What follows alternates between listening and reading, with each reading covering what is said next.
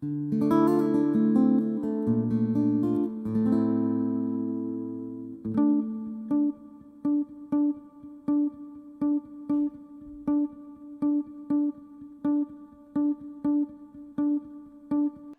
noches, mi nombre es Rogelio López Guillemén. Tenemos el placer de que nos acompañe en esta Zoom de la Fundación Liberar Alberto Venegas Lynch, hijo. Probablemente el mayor referente que tenemos en la actualidad del liberalismo en nuestro país. Alberto tiene 2 doctorados hechos, 27 libros, ¿es así, Alberto? Sí. Bueno, hoy nos va a hablar acerca de las coyunturas y de este momento tan particular que estamos teniendo los argentinos con el tema del coronavirus, del encierro, de la falta de libertades y el costo que eso nos conlleva, y cuán importante o no es poder salir de este encierro, ¿no? Entonces, el título es Obstáculos de la coyuntura y la política. Sin más, los dejo con Alberto. Les agradezco la presencia a todos los que han colaborado y a Javier Milei, que está por YouTube siguiéndonos. Así que estamos atentos a lo que quiere decir Alberto. Un gusto. Bueno, yo quisiera elaborar sobre los puntos que están enunciados en el título de esta conversación o de esta charla, y qué es lo que quiero presentar ante ustedes respecto de esto que genéricamente se llama la política. Primero, me parece, y antes que ninguna otra cosa, es que estos intercambios tenemos que tomarlos con calma, subrayar, como he dicho muchas veces, que los liberales no somos una manada, que acá no hay popes, que es útil, que es fértil, que es productivo, que tengamos distintos enfoques a los efectos de mejorar en un proceso, como dice Popper, de conocimiento que tiene la característica de la provisionalidad, abierto a futuras refutaciones. Dicho esto, señalo, ¿qué queremos decir cuando estamos hablando de política? Bueno, queremos decir que a través de la política se van a ejecutar ideas, se van a ejecutar proyectos, se van a ejecutar plataformas, como se dice habitualmente en el contexto político. Ahora bien, me pregunto y les pregunto, ¿cómo diablos vamos a ejecutar algo que no sabemos en qué consiste? Primero tenemos que saber en qué consiste la idea y luego ejecutarla. Bueno, a mi juicio, en el caso argentino estamos muy, muy atrasados, para no decir retrasados, en la batalla cultural. No hemos entendido aún temas muy elementales, como los que se están debatiendo hoy día, no solo en el caso argentino, sino en otros medios, de precios máximos, de que lo que los economistas llamamos inflación es una estafa monumental. No entendimos el problema de las empresas estatales, que siempre e inexorablemente en el momento que se constituyen significan una asignación de recursos en dirección distinta de la que hubiera hecho la gente. Y si alguien dice, bueno, pero supongamos que los políticos tienen una capacidad notable para predecir lo que la gente quiere y hace exactamente lo que la gente quiere, la pregunta es ¿para qué se metió? Y la única forma de saber qué es lo que hubiera hecho la gente con los siempre escasos recursos es dejarla que actúe. Bueno, pues no hemos entendido eso todavía. Entonces, viene esta cuestión, para el contexto argentino. Supongamos, quiero ilustrárselo a ustedes de esta manera, supongamos que hay un fulano que su lengua o su idioma es el sueco y quiere transferir o transmitir un mensaje a una audiencia hispanoparlante. Lo primero, me parece que ustedes van a estar de acuerdo, es que esa audiencia entienda sueco para poder hablar en sueco. No puede hablarla en sueco si no entiende qué está hablando la persona que está utilizando este o aquel discurso. En el caso argentino, desde mi perspectiva, la idea liberal, y no la idea liberal en aspectos sofisticados, en aspectos muy puntuales, que habitualmente se enseñan en no las suficientes, pero en muchas o algunas cátedras. No. Se intenta transmitir temas que son muy elementales y que la gente no comprende, no entiende y por lo tanto no puede masticar ni digerir. Ergo, y esto quiero subrayarlo y ponerlo en cursiva y en negrita, no podemos poner la carreta delante de los caballos. No podemos primero pretender formar partido político y luego que la gente entienda. Es al revés. La secuencia es primero que la gente entienda por lo menos algo mínimo para poder formar un partido político. Y esto no es lo que estoy diciendo de aquí a la eternidad, ni es aplicable a todos lados. Es aplicable, a mi juicio, en esta instancia en la Argentina. Y especialmente gente, muchos de los cuales son amigos, que los aprecio mucho, que tienen un gran valor intelectual, que me parece casi un crimen consumir tiempo en la arena política dada esta situación.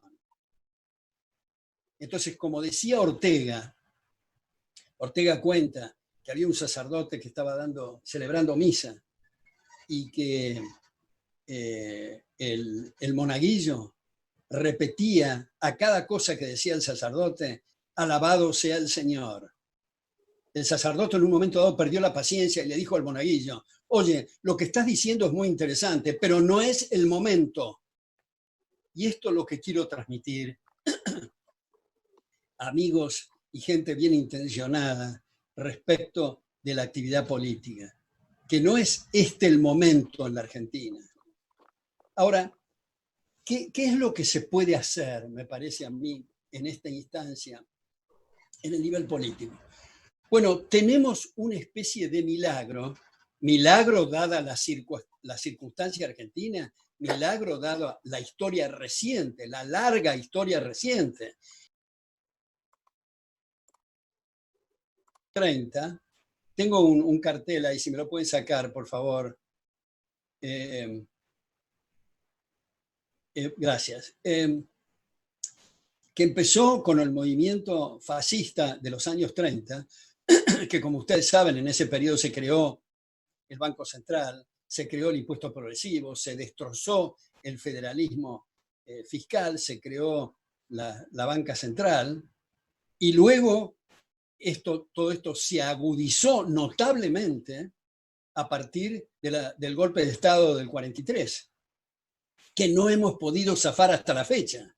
Sin embargo, a partir de la independencia argentina, y a mi juicio la verdadera independencia fue el 1 de mayo de 1853, cuando se firmó la Constitución Liberal, que hizo de la Argentina un país extraordinario, desde todas las perspectivas y todos los indicadores que se quieran analizar, y no lo que habitualmente se festeja el 25 de mayo de 1810, como dijo Alberdi, dejamos de ser colonos de España para ser colonos de nuestros gobiernos, en el periodo 1810-1853. Desde 1853 hasta la Revolución Fascista del año 30, digamos, fuimos uno de los países más prósperos desde el punto de vista económico y más sólidos desde el punto de vista moral.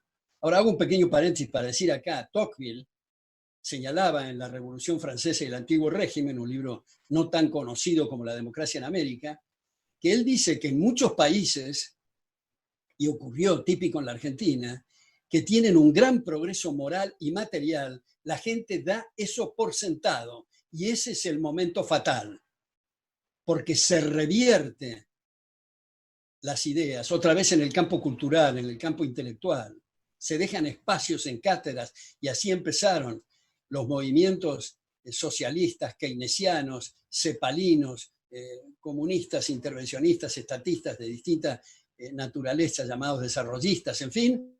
Y cuando se produjo el debate, no había nada que contestar de la contraparte, porque nadie había mantenido los conocimientos y las perspectivas, las visiones y la exploración de avenidas que había comenzado con tanto éxito Juan Bautista Alberdi.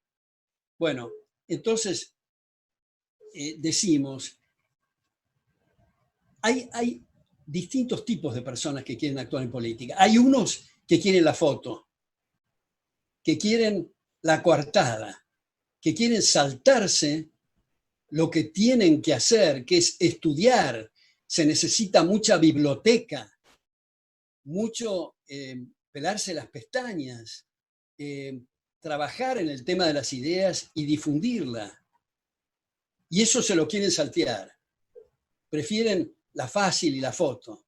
Ahora, eso no son todos los que quieren actuar en política. Por supuesto que hay algunos que quieren, para tener una mayor difusión, si se quiere, del mensaje liberal. Bueno, yo creo que eso es un error.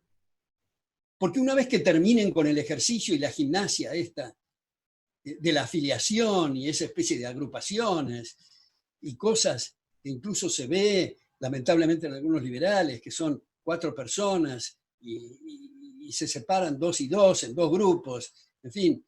Pero supongamos que lleguen a la legislatura. A partir de ahí, ¿qué van a hacer? A partir de ahí tienen que comprender que el discurso político no es el discurso académico, que tienen que ajustarse a lo que la audiencia entiende. Si no tienen sus días contados como políticos, sean el cargo que sea. Un político no se puede subir a la tribuna y decir lo que le da la gana independientemente de lo que la gente comprenda. Otra vez estamos con el paralelo o con la figura que puse del que habla sueco.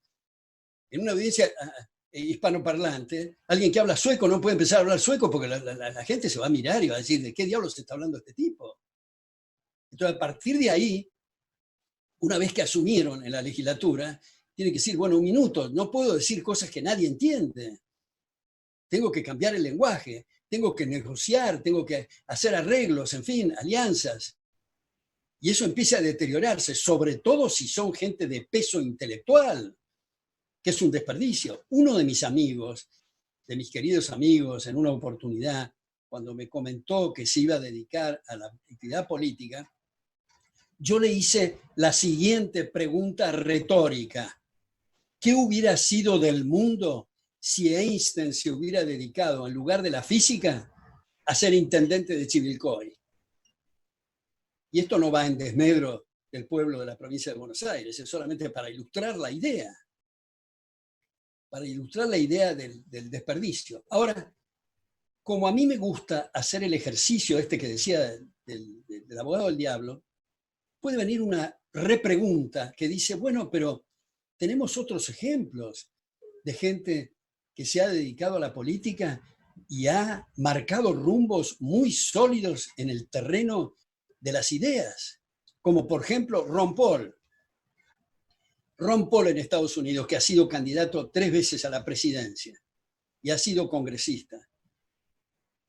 Y como yo le digo a mis hijos y le digo a mis alumnos, nunca en la historia de la humanidad ha habido alguien de la talla y del fuste de Ron Paul en el nivel político. Y probablemente nunca lo haya en el futuro. Ron Paul, en el último debate presidencial, desarrolló la teoría del ciclo austríaca. Pero ¿cómo? ¿Eso no se contradice con lo que usted está diciendo? ¿Me pueden decir?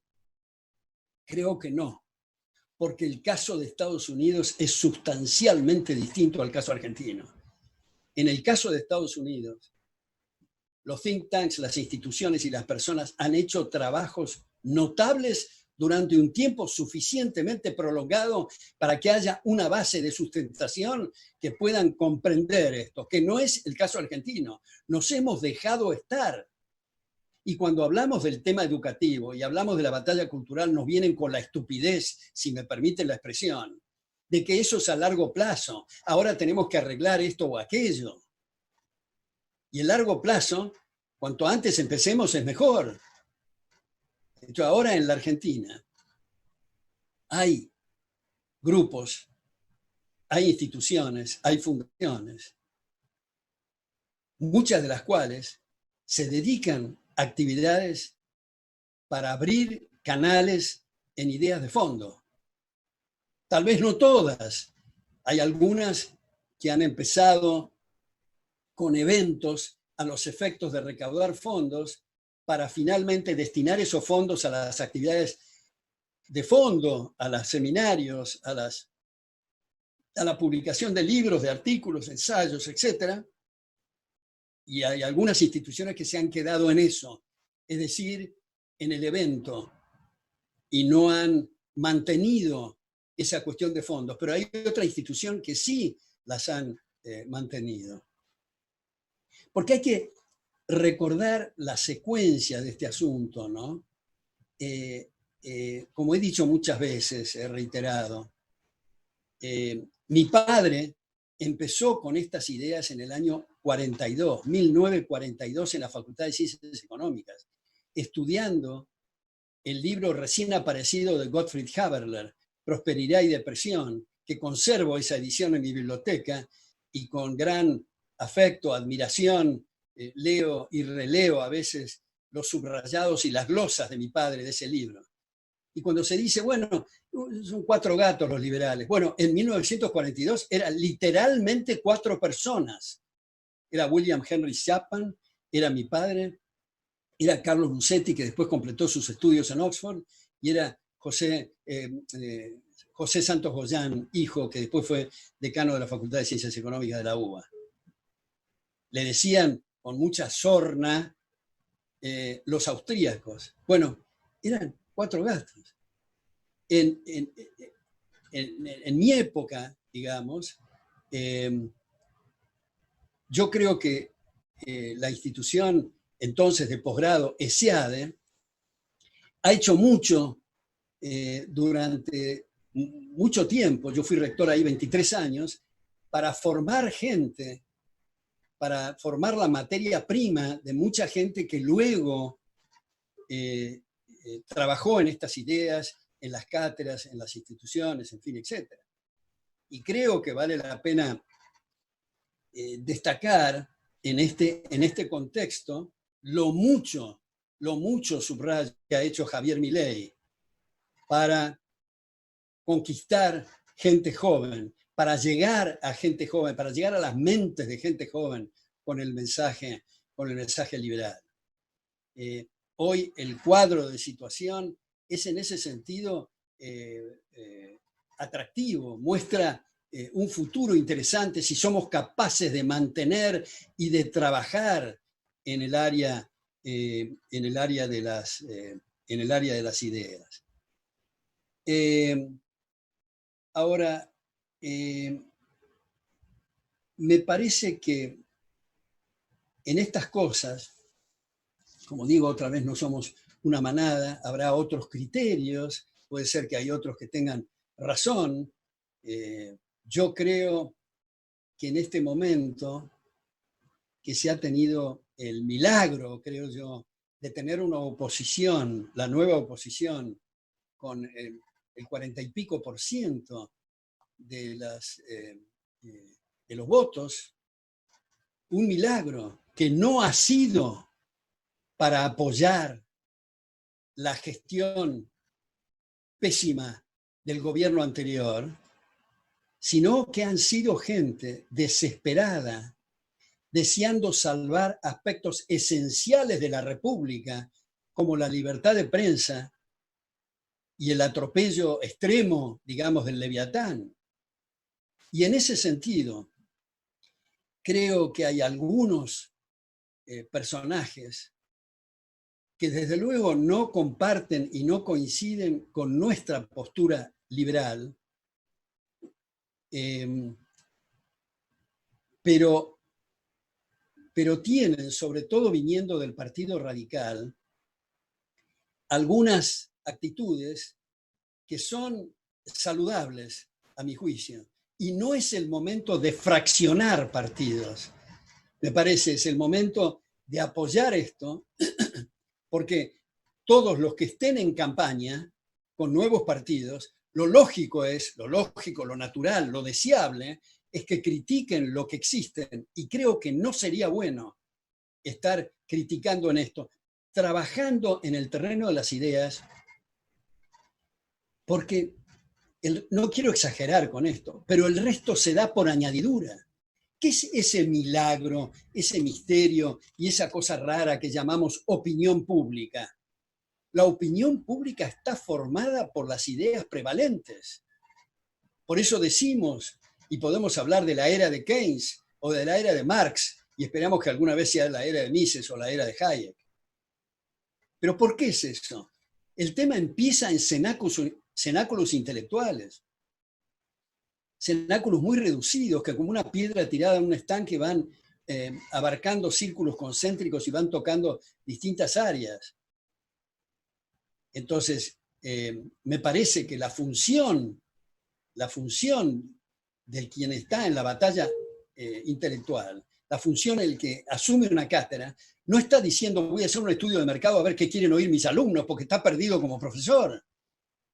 Pero al revés, la función del político no puede subirse a la tribuna y decir voy a decir lo que me da la gana y me importa un bledo lo que piense la gente, si lo entiende o si no lo entiende. Otra vez con el asunto del síndrome del sueco que estaba diciendo. Entonces el asunto es correr el eje del debate. Yo he insistido mucho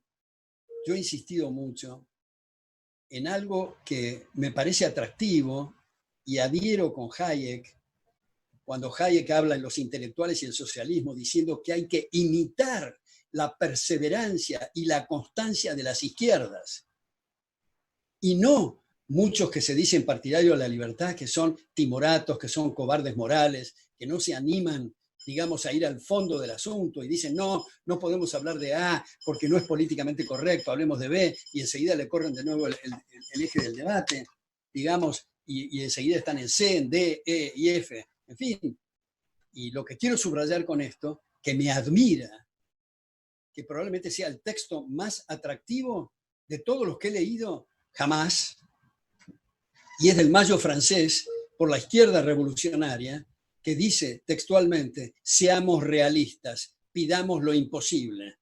Eso es fantástico. Y de tan realistas que son, logran marcar las agendas, porque empujan sin ceder. Entonces, me parece que ese ejemplo hay que tomarlo. Nosotros podemos decir y celebrar, antes de pasar al próximo capítulo de Ruptura, y no quiero demorar mucho en este asunto, que personas como Hayek, como Popper, como Anthony de Jazet, como Bruce Benson, como Walter Block, como tantos otros intelectuales, que afortunadamente no se han dedicado a la política. Y a veces se dice, bueno, pero nos podemos dedicar a las dos cosas. El tiempo es limitado. Y las neuronas también son limitadas. No se puede hacer al mismo tiempo dos tareas tan disímiles. Y sobre todo es indispensable y necesario dedicarse a la batalla cultural y las ideas de fondo, en este momento. Hay otros políticos, por ejemplo, Mises en su actividad joven, cuando le quedaban resabios de izquierda, se dedicó algo a la actividad política, pero luego abandonó eso para su célebre seminario en Viena, en la Cámara de Comercio, donde formó una serie notable de discípulos, y luego fue a Ginebra, y luego fue a la Universidad de New York, y quiero hacer un pequeño paréntesis en la Universidad de New York para decir, porque muchas veces cargamos las tintas contra los empresarios, en realidad prebendarios, los empresarios privilegiados, los que hacen alianza hedionda con el poder de turno para explotar miserablemente a la gente. No todos son así. Cuando hablamos de los empresarios en el contexto liberal, estamos hablando de aquellos que para mejorar su situación personal no tienen más remedio que mejorar la situación de los demás. Y el que gana, el que acierta, obtiene ganancias, y el que yerra incurre en quebrantos. El cuadro de resultados en ese sentido es muy importante. Pero quiero decir esto en el contexto de la Universidad de New York, que fueron dos empresarios extraordinarios los que financiaron las tareas de Mises en la Universidad de New York. Y lo quiero mencionar, y no me paro acá porque la cámara no me va a dar, pero en fin, en homenaje a estos dos empresarios, que es Lawrence Fertig y Harold Lohnow, Lohnow. El primero de una agencia de publicidad, el segundo a través del Volcker Fund. Gracias a ellos, Mises pudo producir La acción humana y todos los libros que produjo en Estados Unidos y dictar cátedras en NYU. Bueno, pero ha habido otros. Por ejemplo, Ortega. Ortega ha estado en las Cortes españolas y dice textualmente: he perdido años de mi vida trabajando en lo que considero es el analfabetismo, porque la política es analfabetismo, dice Ortega. Tampoco me quiero poner peyorativo. Hay políticos que han hecho tareas extraordinarias para poner en brete al Leviatán y reducir el gasto público, bajar los impuestos, eliminar la deuda, cortar las manipulaciones monetarias. Son los menos en la historia del mundo, pero ha habido. Pero este momento, por eso hago el paralelo, la diferencia, quiero decir, el contraste, mejor dicho, con Estados Unidos, para mencionar el caso del extraordinario Ron Paul, con quien me he escrito varias veces. Traté infructuosamente por un tema de seguridad de traerlo a la Argentina y no pude, no pierdo todavía las esperanzas. El último libro de él, Conceit Liberty, no, Liberty Defined, está dedicado a Sennholz, a Rothbard, a Hayek y a Mises. ¿Ustedes pueden creer que un político haga esto? Es extraordinario. Pero lo ha hecho porque ha tenido otro plafón. Ahora, la gente que hoy está trabajando en la batalla cultural, es de esperar, y creo que va a ser así, para lograr un ámbito y un ambiente para el día de mañana que pueda representar políticamente. Y el político enseguida, el político es un cazador de votos. Apenas ve que hay un cambio en la opinión pública, se ve forzado a cambiar su discurso, si no pierde las elecciones. Bueno, sin perjuicio de que hagamos debates y comentarios sobre este capítulo de la política, ahora quiero entrar al otro capítulo, que es la coyuntura. Paso acá un aviso a ustedes, les digo. Próximamente, la filial argentina de Unión Editorial de Madrid va a publicar un libro mío que se llama Maldita Coyuntura. Yo comprendo que la gente quiere tener información, o sea, quiere saber qué pasa en el momento, lo cual quiere decir que de qué trata la coyuntura. Pero igual que los diarios, igual que los programas televisivos se pueden dividir en noticias y opinión, en opinión, en general, no siempre, lamentablemente, pero muchas veces en opinión, son escritores, son plumas que trabajan más allá de la coyuntura. Entonces, lo que yo creo que en la Argentina, y lamentablemente en algunos liberales, hay una desproporción enorme entre la coyuntura y las ideas de fondo. Y ya sé que hay distintos tipos de liberales. Hay algunos que usan o que están anclados en la coyuntura como un pretexto para elaborar sobre ideas de fondo. Eso lo aplaudo. Está muy bien. Yo comprendo además que en los medios de comunicación el periodismo más bien se inclina a hablar y se inclina por la parla de la coyuntura. Entonces, los que quieren estar en los medios se ven forzados a hablar de la coyuntura, aunque muchos abren paréntesis en esa dialéctica o en esa conversación o en esas referencias sobre la coyuntura para elaborar detenidamente sobre ideas de fondo y hacen propuestas que son muy, muy fértiles y muy interesantes. Yo personalmente, desde mediados de los 70 hasta fines de los 90, o sea, un cuarto de siglo, estuve todo el tiempo en los medios, en la televisión, en la radio, en fin. Y me consumía un tiempo fenomenal. No me arrepiento de eso, creo que es una buena gimnasia y un buen ejercicio, pero sentí un alivio muy grande el poder retirarme de eso a los efectos de centrar todas mis energías en la batalla cultural, sea en la cátedra, sea en el libro, en el ensayo, en el artículo. Creo que esos son los canales más fértiles, pero como he dicho muchas veces, no son los únicos. Una de las cosas que están ocurriendo ahora en la Argentina es, por ejemplo, los ateneos de lectura, donde un grupo muy chico de 4 o 5 personas se reúnen con un libro, preferentemente un libro que tenga distintos andariveles y no sentados sobre un mismo tema, donde alguien expone y los demás debaten, y eso tiene efectos multiplicadores muy interesantes en las familias, en los lugares de trabajo, en las reuniones sociales, en fin, efectos multiplicadores para trabajar en la coyuntura. Ahora,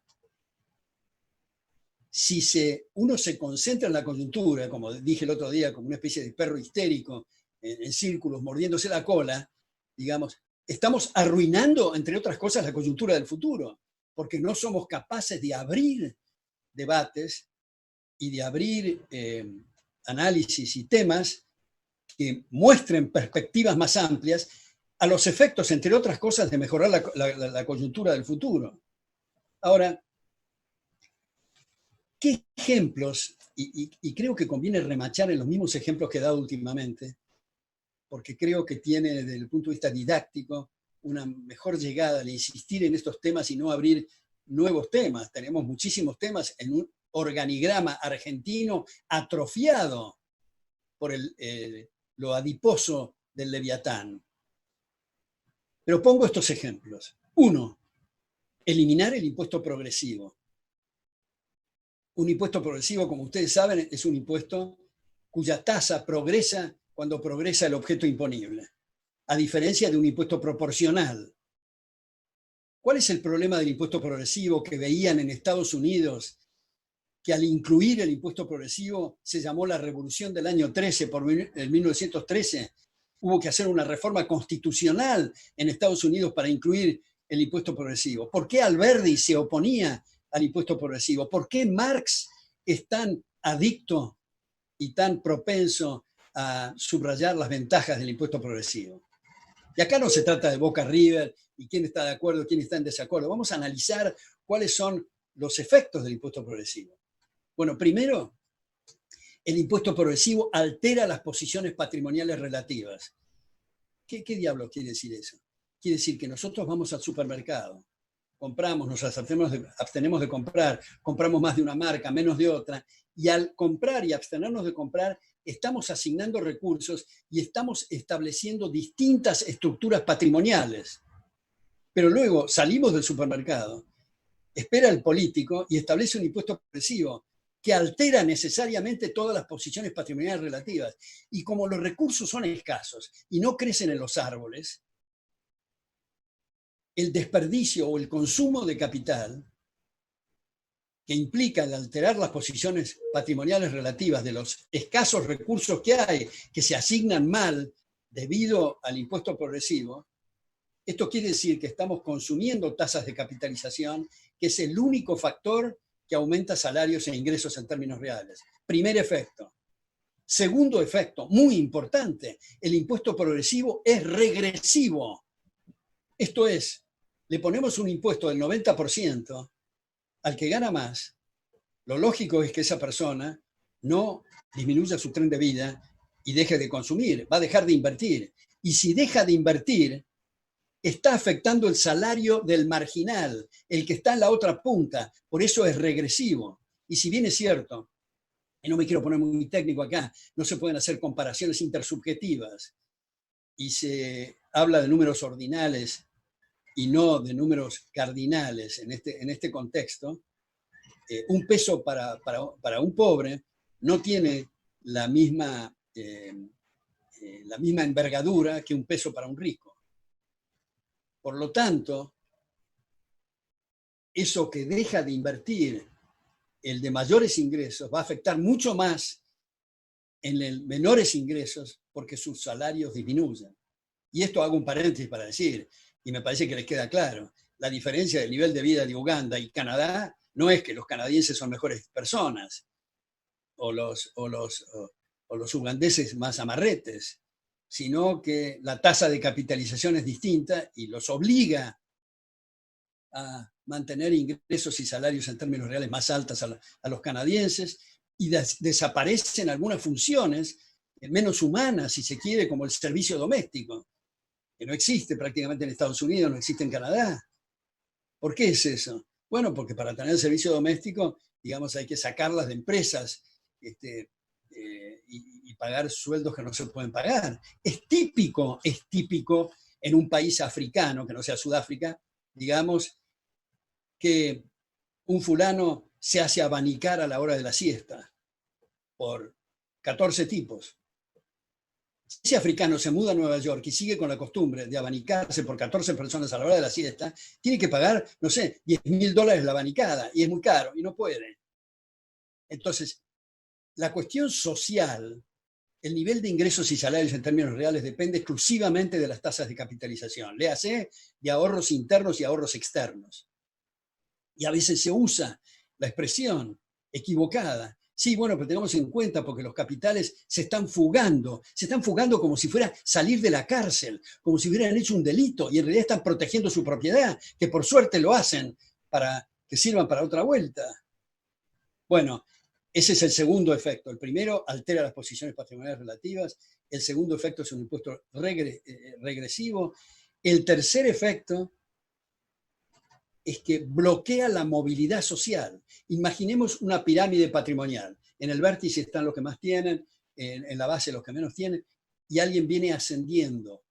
De a poco viene ascendiendo, y si hay acá en la audiencia gente que juega el rugby sabe lo que quiere decir handoff, es decir, los de arriba están eliminando a los de abajo, puesto que sube un poco, le sacan el 20, el 30, el 35, el 40, el 70, no llegan a la perra vida del vértice. Entonces vamos a decir dos efectos simultáneos acá. Uno, bloquea la movilidad social, porque lo importante en estos procesos es que el que está en el vértice y no sirve tiene que bajar con la velocidad necesaria, y el que está en la base y sirve tiene que subir con la velocidad necesaria. Bueno, el ascenso y descenso de la pirámide patrimonial están bloqueados por el impuesto progresivo. Y el otro efecto dentro de este mismo es que es un privilegio para los ricos, porque se colocaron en el vértice antes del impuesto progresivo a las ganancias, por ejemplo. Entonces, por último, el efecto del impuesto progresivo es que es un castigo progresivo a la eficiencia. Decimos, hay que ser más eficiente, hay que trabajar más. Bueno, muy bien. Usted que ha trabajado mucho y que ha tenido éxito en dar en la tecla con la necesidad del prójimo, lo vamos a castigar. Le vamos a establecer un sistema de guillotina horizontal. Vamos a sacar recursos vía el impuesto progresivo.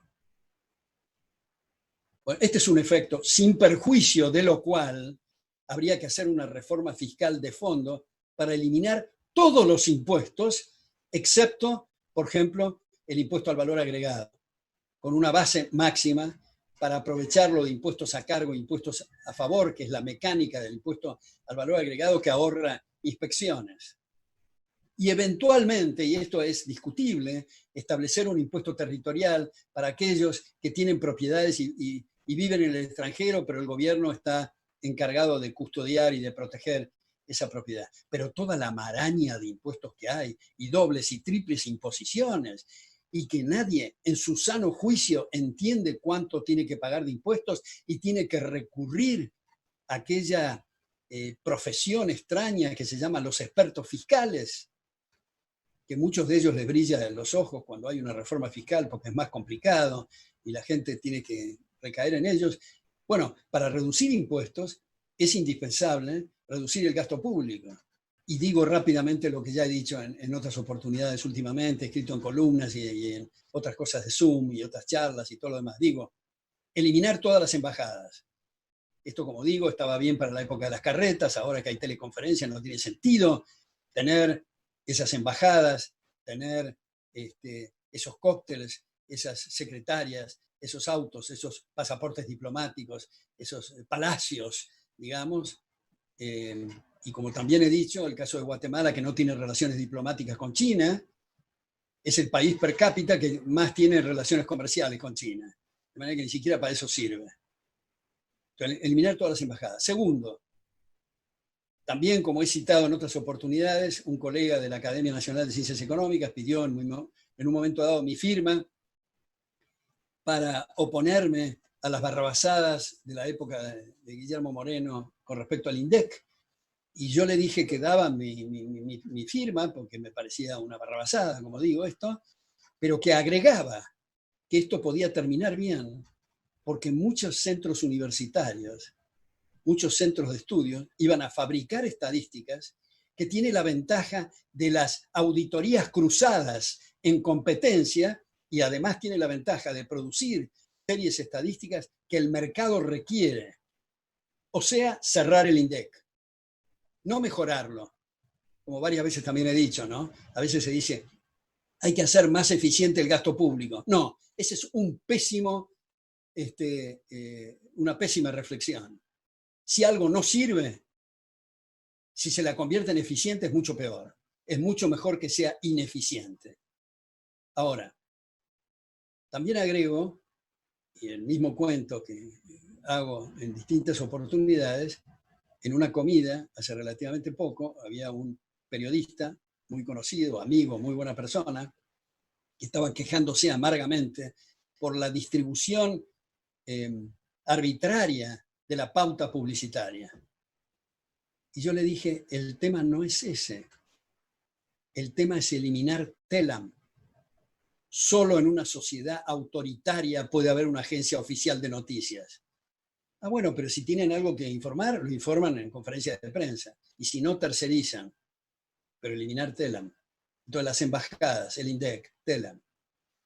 Ahora que cuando me presentaron, hablaron, y hasta ahora no he hablado de esto, y lo guardo para las preguntas, lo del asunto de la pandemia y todo lo demás, una cosa muy importante, me parece, es vender todos los hospitales estatales. Y esto no va en contra de los médicos, las enfermeras, los enfermeros, las médicas y el personal de limpieza, que pueden ser incluso mejores y más abnegados que en el sector privado. Se trata de incentivos. La forma, como he dicho muchas veces, en que se toma café y se prende las luces no es lo mismo cuando es de todos, o sea, la tragedia de los comunes, que cuando es de uno. Es un tema de incentivos. El tema de los hospitales, sabemos las colas angustiantes, sabemos los turnos extenuantes, sabemos la falta de insumos, la falta de camas y el pedido permanente de recursos por déficit crónicos. Ahora, agrego a esta propuesta de vender los hospitales. ¿A quiénes? Se le puede dar prioridad al mismo equipo médico que está en ese momento en ese hospital. Y al día siguiente, todos esos médicos van a actuar de una forma distinta con respecto a los recursos. Y esto no es porque están los malos y los buenos. Nosotros, si estamos en algo que es de todos, actuamos distinto que si es nuestro. Es un tema de incentivos. Por eso autores como el ex premio Nobel en Economía, Ronald Coase, o Harold Dempsey, o Douglas North, han trabajado exclusivamente en el tema de los incentivos. Ahora, ¿qué hay en el momento de transición de la gente que tiene enfermedades y no tiene recursos? Puede establecerse como una transición el tema de los vouchers, o sea, darles crédito. para que ellos elijan de todos los sanatorios y centros privados cuál prefieren para atender su salud. Ahora, salir lo antes posible del sistema de vouchers, porque eso implica que otros coactivamente están financiando, lo cual implica que hay una retracción en las inversiones, lo cual implica baja de salarios en términos reales. De manera que es una transición que hay que salir si se adoptan las medidas que he señalado, otras muchas que no he señalado, para reestructurar por completo el aparato estatal y comprender que son nuestros empleados. Habitualmente, en muchos medios de comunicación escritos, se escribe Estado y Gobierno con mayúscula. Me parece una impertinencia. En todo caso, si se trata de mayúsculas, hay que escribir individuo con mayúscula. El Estado y el Gobierno son nuestros empleados, no nosotros sus súbditos. Lamentablemente se ha tergiversado tanto este asunto que la gente está con miedo de qué es lo que le va a hacer el aparato estatal y las botas y el monopolio de la fuerza. Y eso tenemos que, me parece, modificarlo a través de esto que digo, la batalla cultural. Ahora, yo creo que es interesante predecir y calcular si el Producto Bruto va a caer al 3.8 o al 4.2, si la expansión de la base monetaria va a ser el 41 o el 42.8, a veces se da con varios decimales. Es interesante. Pero al lado de las ideas de fondo y el debate es irrelevante. Tenemos que dejar de debatir esas cositas para poder debatir ideas de fondo, como por ejemplo estas medidas que he sugerido recién, ¿no?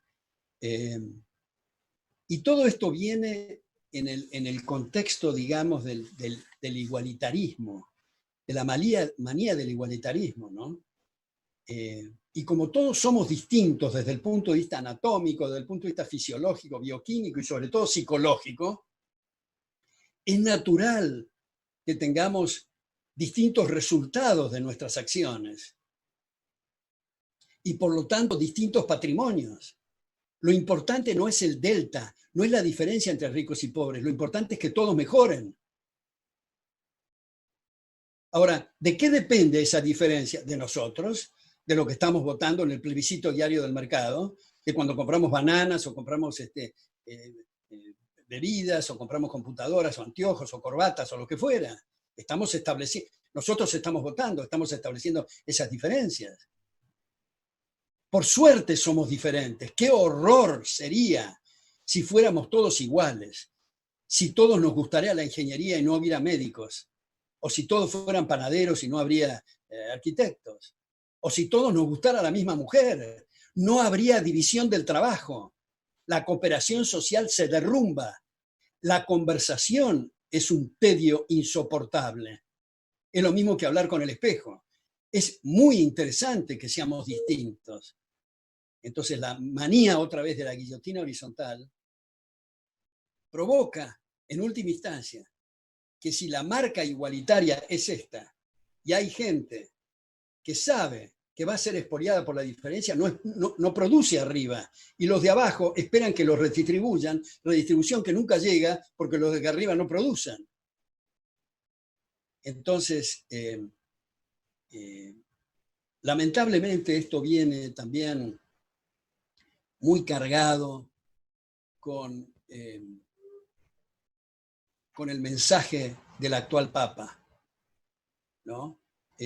Hace poco escribí en La Nación sobre esto, mostrando los desaciertos y las contradicciones de al mismo tiempo alabar la pobreza y simultáneamente condenarla. Decir que el dinero es el estiércol del diablo y mientras se mantiene el Banco del Vaticano. Se dice que el mercado mata y es necesario actuar en el mercado del Papa para comprar verduras y para otras cosas. Lamentablemente, en sus viajes a Cuba, sus viajes a Bolivia, recibiendo la cruz marxista, su ponderación del tercermundismo en Paraguay, su admiración al padre Mujica, su mentor era Monseñor Angelelli, ahora beatificado, el que celebraba misa bajo la insignia de los montoneros. Me parece que esas cosas hay que rectificarlas. Afortunadamente no se presta tanta atención como antes sobre estos puntos, pero estamos en un momento que por un lado es un gran desafío para los liberales. Están en la punta de la silla. Sería interesante que aparezcan errores nuevos, porque repetir las mismas cosas es un poquito aburrido, ¿no? Pero en el mundo observamos que ha avanzado mucho el nacionalismo, que ha avanzado mucho la xenofobia en Europa, en Estados Unidos, lamentablemente. El baluarte del mundo libre. Yo escribí un libro publicado primero por el Fondo de Cultura Económica y luego por Unión Editorial de Madrid en otra edición, que se llama Estados Unidos contra Estados Unidos, donde muestro las extraordinarias contribuciones de los padres fundadores y cómo se ha venido eso debilitando. Y ahora en esta administración y en esta gestión se ha aumentado notablemente el gasto público, notablemente la deuda. La deuda es otro tema, dicho sea de paso. Jefferson, cuando era embajador en París y recibió la flamante Constitución estadounidense, dijo, si yo tuviera que poner una reforma a esta Constitución, sería la prohibición de la deuda pública, porque compromete patrimonios de futuras generaciones que no han participado en la elección del gobierno que contrajo la deuda. Entonces, si simultáneamente se elimina aquella institución nefasta que es la banca central, que no puede bajo ningún concepto hacer las cosas bien, la banca central siempre va a meter la pata, no importa lo probo que sean el directorio y el presidente del Banco Central, no importa lo honesto que sean, lo eficiente que sean, va a estar embretado entre a qué tasa expandir, a qué tasa contraer o dejar igual la masa monetaria. Cualquiera de las tres cosas va a alterar los precios relativos, cosa que significa alterar los indicadores en el proceso de mercado que se traduce en consumo de capital y por lo tanto podemos decir la ecuación más rápida y para hacerla rápida es inflación igual a pobreza. Bueno, entonces decimos, estamos frente a esta situación, me parece que hay un desbalance, para terminar con esto, un desbalance entre la coyuntura y los debates de fondo. Necesitamos mucho más debates de fondo y me parece que por este momento y en esta instancia, me parece que los esfuerzos realizados con la mejor de las intenciones y lo mejor de los propósitos, me parece que, como decía Ortega respecto de aquel monaguillo, no es el momento. Muchas gracias. Como siempre, un placer escucharlo.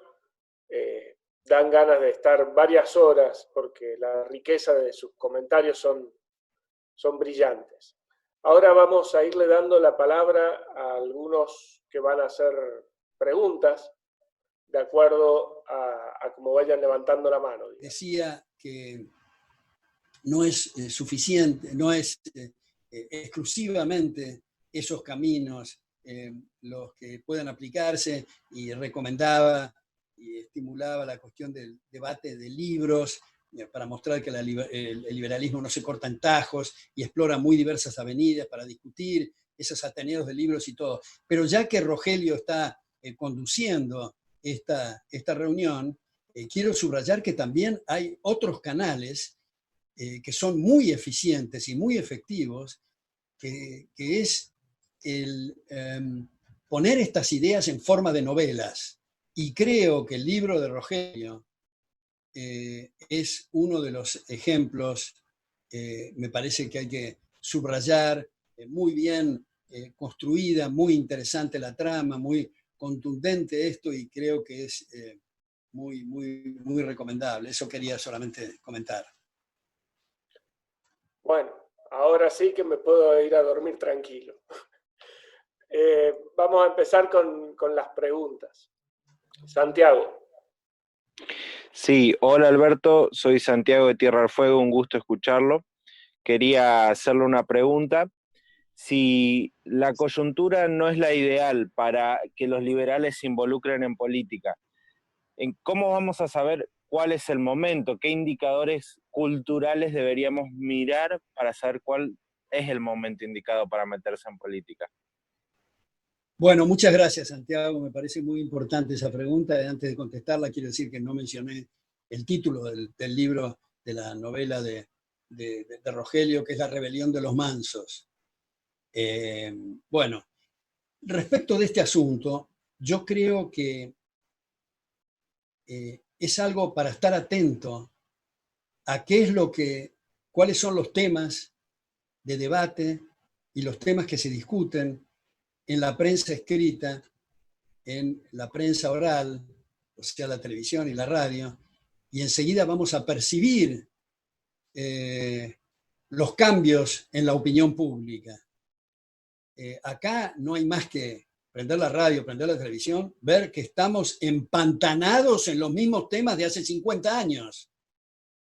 Es una cosa increíble. Bueno, respecto a los precios máximos, hace 4.000 años que estamos con esta estupidez. Y seguimos ensayándola, y en momentos críticos de la pandemia se ponen precios máximos del alcohol en gel, a los barbijos, a los medicamentos. Se atacan a los supermercados, a los laboratorios farmacéuticos, que son los que van a resolver el problema. Es una cosa, yo diría, tragicómica. Como dije el otro día, una cosa como de Woody Allen, si no fuera que en realidad es más trágica que cómica. Así que cualquier persona medianamente informada que está escuchando y está viendo qué es lo que ocurre en los distintos medios y cuáles son los distintos debates, y que haga algún paseo por centros académicos y universitarios para ver los debates y las mesas redondas que tienen lugar, enseguida se va a percibir cuál es la envergadura del asunto. Y no es que acá sea una cosa automática y se prenda una luz o un letrero en el cielo que diga ahora es el momento. No, es una cuestión también convencional, si se quiere, pero lo que digo es que ahora queda claro que estamos en pañales, que estamos muy atrasados, y que me da pena que mucha gente que tiene la capacidad intelectual como para dejar de lado la coyuntura, dedicarse a las ideas de fondo, esté buscando afiliaciones y haciendo reuniones. Me parece a mí que es una pérdida de tiempo y un peligro en este momento, con esa milagrosa oposición que está muy lejos de los radicales, por ejemplo, del jeffersoniano extraordinario y tal vez el mejor político que ha tenido la Argentina en su historia, que ha sido Leandro Alem. La frase que más insistía Leandro Alem es: el mejor gobierno es el que menos gobierna. Nosotros con Ezequiel Gallo hemos reproducido en la revista académica Libertas muchos de los trabajos de Leandro Alem sobre el tema monetario, sobre el tema fiscal, sobre el tema del gasto público, sobre el significado del liberalismo. Y claro, están lejos, me parece a mí,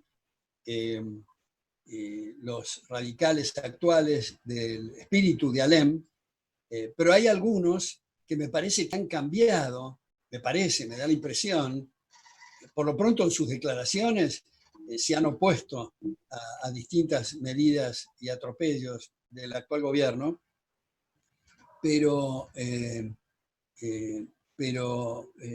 se han apartado, me da la impresión, de lo que ha ocurrido a partir de la declaración de Avellaneda de 1945, donde cambió drásticamente, radicalmente, para ser redundante, el radicalismo en su espíritu liberal anterior.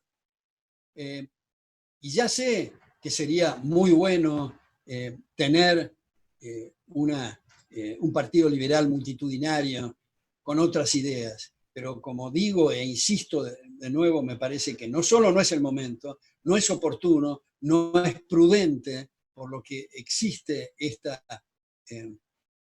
oposición, y tratar de que nos den tiempo para seguir en la batalla cultural. A lo mejor me extendí demasiado en esa respuesta, Santiago. Bien. Está muy bien, no hay problema. Andrés Baud. Bueno, la verdad que disiento con lo que usted dice.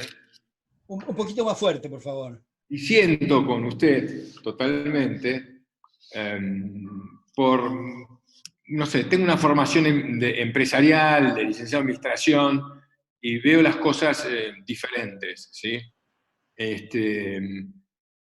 Si uno no está en el mercado, uno no vende.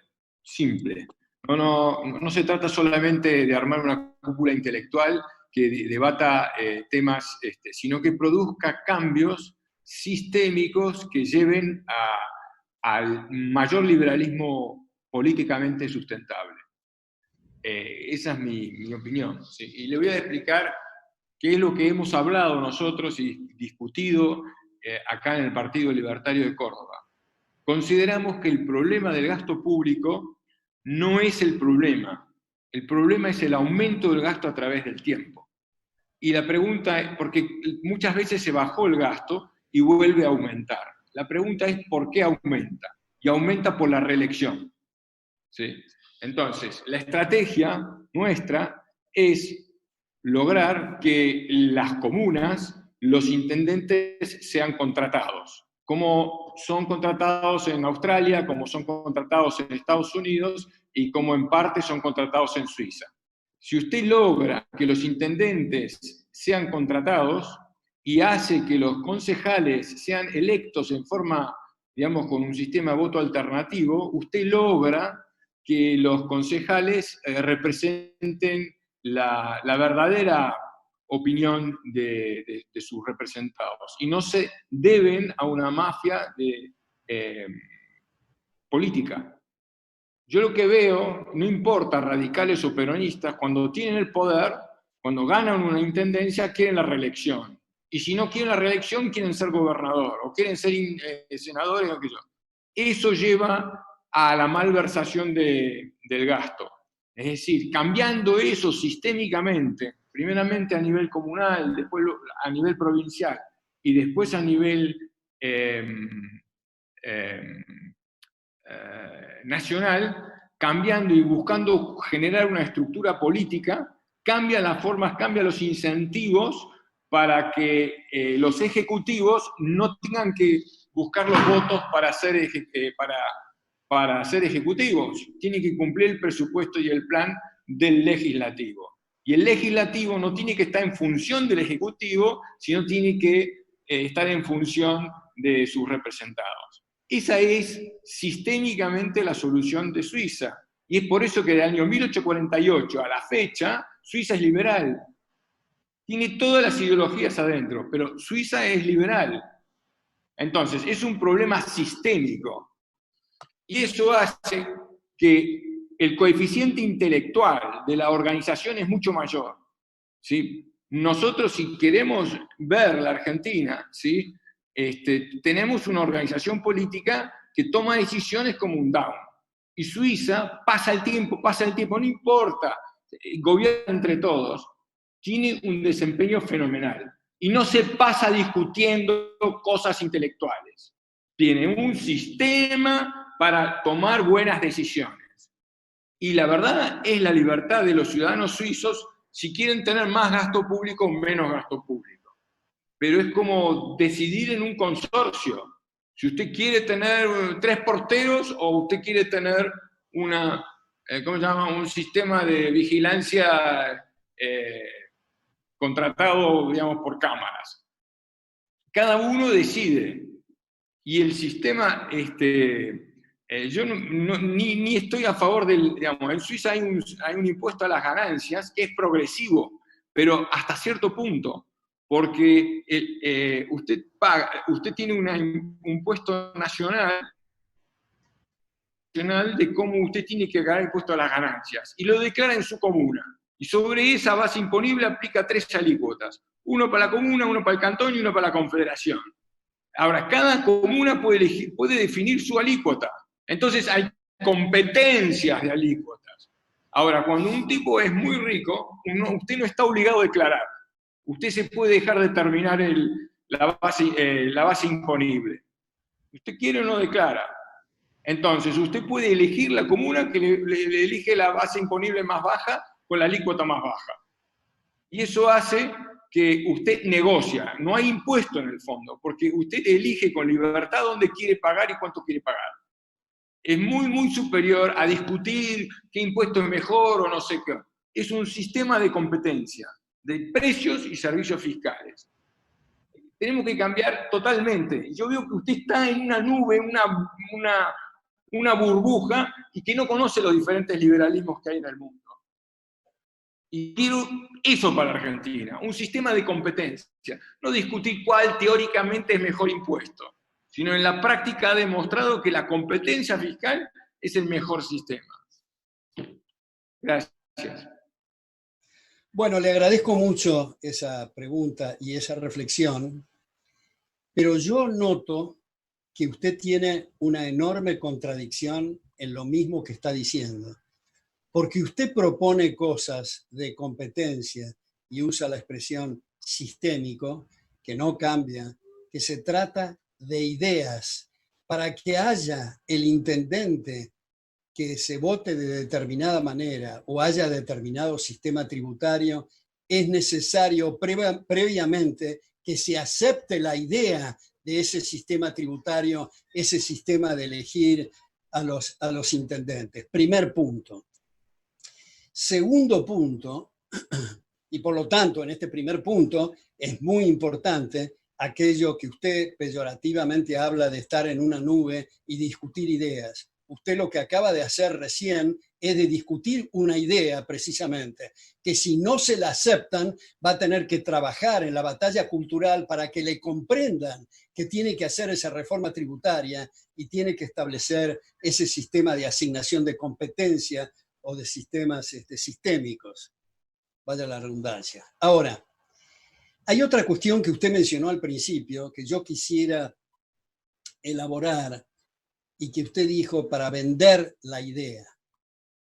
Me parece que es un punto muy central explicar que las ideas no se venden. Que cuando usted como empresario quiere vender un desodorante o quiere vender un dentífrico, no es necesario que al consumidor le explique cuál es todo el proceso productivo para llegar al dentífrico o al desodorante. Es suficiente que le explique cuáles son las ventajas de su uso.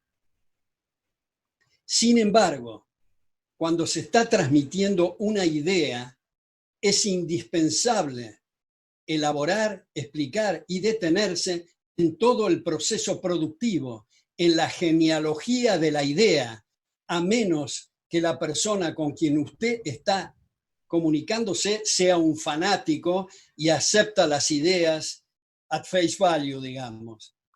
Es necesario la elaboración. Por lo tanto, el hacer un paralelo de la venta y la comercialización propiamente dicha con la transmisión de ideas creo que es un error garrafal.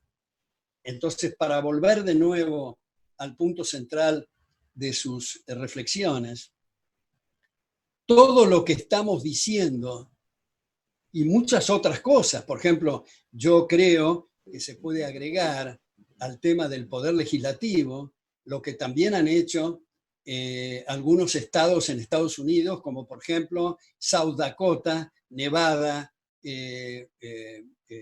Texas, donde los legisladores son tiempo parcial. Esto es, se dedican a sus actividades personales y tienen un límite para legislar, para que no se entusiasmen con la legislación, porque al fin y al cabo la función del Parlamento desde sus orígenes ha sido discutir el presupuesto y proteger derechos de las personas. Y no todas las pavadas, como lo ilustro a veces diciendo el Día de la Mandarina y todas esas cosas que se promulgan en los poderes legislativos, y todavía hay gente que dice, qué lástima que fulano de tal se sentó en la banca, estuvo todo el año y no propuso ninguna ley. Es una suerte que no haya producido ninguna ley, si el problema es el exceso de legislación. Entonces yo invito a la gente, y sobre todo a los jóvenes, a estudiar primero, capacitarse y luego transmitir estas ideas. Y cualquier cosa que queramos hacer está basada en teorías. Por eso Peter Drucker ha acuñado esa frase, decir, nada hay más práctico que una buena teoría, si no andamos en el mundo a los tumbos. He dicho. Gracias, Alberto y Andrés. Ahora Gastón. Hola, buenas noches. Soy Gastón de Entre Ríos, miembro del Club del Viernes. Agradezco la oportunidad esta de escuchar atentamente y de poder preguntar. Dos preguntas. La primera, si cree usted que el Estado necesariamente va a tener que achicarse frente a este contexto de crisis, o va a esperar que la gente reaccione, como ya lo venimos viendo con este gobierno, con el anterior y con los previos, que ante una medida impopular esperan a que reaccione la gente para tomarlas. Cree que lo va a tener que achicar por un tema fiscal, por un tema de caída de la actividad económica. Esa es la primera.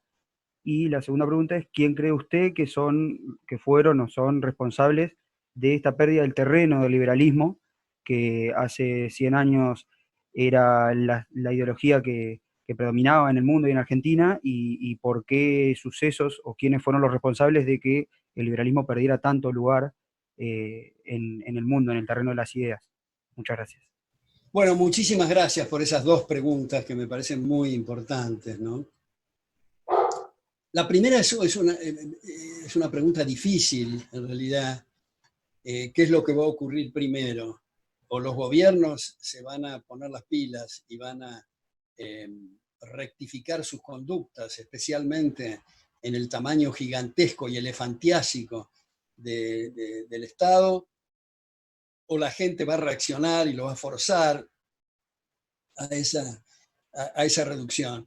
Es difícil en el sentido que no se puede con certeza, me parece a mí, contestar esto. Otra vez, y quiero repetir, aunque sea ad nauseam este asunto, yo creo que en gran medida depende de nosotros. Yo creo que en gran medida depende de nuestra capacidad, otra vez, para la batalla cultural.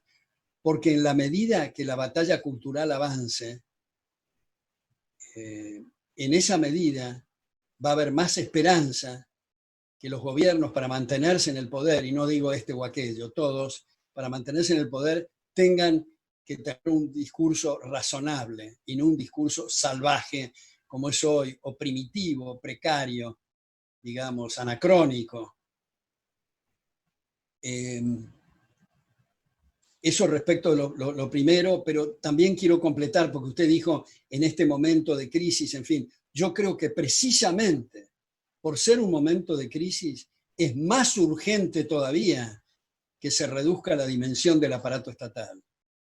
A los efectos, y si no hay Banco Central y hay prohibición de la deuda, solo quedan los impuestos. Y los impuestos con un límite, digamos, de la rebelión fiscal, que está muy atada a la tradición liberal desde los impuestos al té contra Jorge III en la Revolución estadounidense. Pero el tema del Banco Central me parece importante, como decía Hayek, hemos tardado 200 o 300 años en darnos cuenta del horror que es atar la religión con el poder político. Es de esperar, dice Hayek en ese trabajo de 1976 sobre moneda, es de esperar que nos demos cuenta y no tardemos 200 años más en darnos cuenta que la única razón por la cual los gobiernos administran el dinero es para estafar a la gente, para reducir su poder adquisitivo, para utilizar ese impuesto solapado que es la inflación monetaria. Con respecto al segundo tema, que me parece también muy interesante y le agradezco esa pregunta, quisiera hacer una aclaración semántica, si se quiere, terminológica, y tampoco hay que detenerse demasiado en las palabras, pero digo, es útil porque es lo que nos sirve para pensar y para comunicarnos. Yo no utilizaría para la tradición de pensamiento liberal la expresión ideología, porque ideología, no en el sentido del diccionario inocente conjunto de ideas, ni siquiera en el sentido marxista de falsa conciencia de clase, sino ideología en el sentido más generalizado es algo cerrado, algo terminado, algo completo. Y eso es lo contrario, y como varias veces he citado un artículo mío en La Nación hace muchísimo tiempo, muchísimos años, décadas, digamos, que se llamaba el liberalismo como anti-ideología, para mostrar que es un sistema en ebullición de puertas y ventanas abiertas, no es una ideología, lo contrario de la ideología. Ahora, ¿quiénes son los responsables? Bueno, no es un tema, a mí me parece, de dar nombres propios. Me parece que es un tema de actitud. Y es un tema que quiero volver a lo que decía antes de Tocqueville, que Tocqueville sostiene que es el momento fatal cuando se dan esas ideas por sentado. Y es común, y casi diría natural, y ha ocurrido en muchos lugares, que la gente se dedica a sus actividades personales, muy legítimas y muy lícitas y muy necesarias, por otra parte, pero abandonan el terreno de contribuir en las ideas. Y yo creo que cada uno de nosotros estamos obligados moralmente a contribuir con el tema de las ideas. No importa a qué nos dediquemos. No importa que sea la jardinería, que sea la danza, que sea la arquitectura, la economía, el derecho, la música, lo que fuera, todos estamos interesados en que se nos respete, por lo tanto todos tenemos que dedicarnos a contribuir esto. Por eso los padres fundadores, Jefferson en este caso decía, el costo de la libertad es su eterna vigilancia. Y volviendo a Einstein, él decía, vivimos en un mundo bastante peligroso, no por los malvados, sino por la gente que no hace nada al respecto. Entonces, el asunto no es actuar como si estuviéramos en una platea mirando el escenario, criticando y esperando que otros, los que están en el escenario, nos resuelvan el problema. No, nosotros tenemos que resolver el problema. Y como escribí hace poco, decía, la pregunta que tenemos que hacernos literalmente todos los días o todas las noches antes de acostarnos es, ¿qué hice hoy para que me respeten? Si la respuesta es nada, absorbamos las consecuencias. Y eso es lo que ha pasado en gran escala en la Argentina. Y es lo que se está modificando poco a poco por estas instituciones, por estas fundaciones, por estas personas muy destacadas que hacen tanto por las ideas liberales, ¿no? Te hago una pregunta, Alberto. Esto de coyuntura, yo soy médico y lo pienso como médico, une dos realidades la coyuntura, dos huesos. ¿Será que uno de los huesos es la realidad actual y queremos cambiar de dirección como hace una articulación? Hoy el liberalismo no es la segunda parte de esta articulación. ¿Será la república? ¿Será decir sí república o no república? ¿Qué es la república? La república tiene varias partes. Una parte es la responsabilidad de los gobernantes ante los gobernados. Otra parte es la transparencia de los actos del gobierno. Otra es el cambio de autoridades. Otra es la igualdad ante la ley. Y quiero detenerme en esto de la igualdad ante la ley, ¿no? Igualdad ante la ley, una vez en Tucumán, dando unas charlas, un filósofo del derecho, Marcos Rullés, hizo un punto que me resultó muy atractivo. Y él dijo, siempre que hablamos de igualdad ante la ley, hay que atarlo al concepto de justicia. O sea, dar a cada uno lo suyo, y lo suyo remite a la propiedad. Si hablamos solo de igualdad ante la ley, se puede interpretar la sandez de que todos tenemos que ser iguales para ir a un campo de concentración. Es muy importante atarlo al concepto de justicia. Dar a cada uno lo suyo y otra vez lo suyo remite a la propiedad. Y la propiedad, la asignación de derechos de propiedad, es una consecuencia que no vivimos en jauja, Si viviéramos en jauja y hubiera de todo para todos todo el tiempo, no habría necesidad de asignar derecho de propiedad, no habría necesidad de dar estas charlas y cosas de economía, no habría precios. Igual que el aire en este momento, en este planeta. Hay mayor cantidad de aire por ahora, digamos, no sé qué harán los gobiernos el día de mañana, pero por ahora hay mayor cantidad de aire que se necesita y por lo tanto no hay necesidad de asignarlo, ni hay necesidad de tener precios. Pero como los recursos son escasos, las necesidades son ilimitadas, se asignan derechos de propiedad a los efectos de que la propiedad esté en las manos más eficientes para atender al prójimo. El cuadro de resultados que decíamos antes, el tema de ganancias y pérdidas, sin mercados cautivos, sin privilegios, sin prebendas, sin atar eso que decíamos con el poder de turno.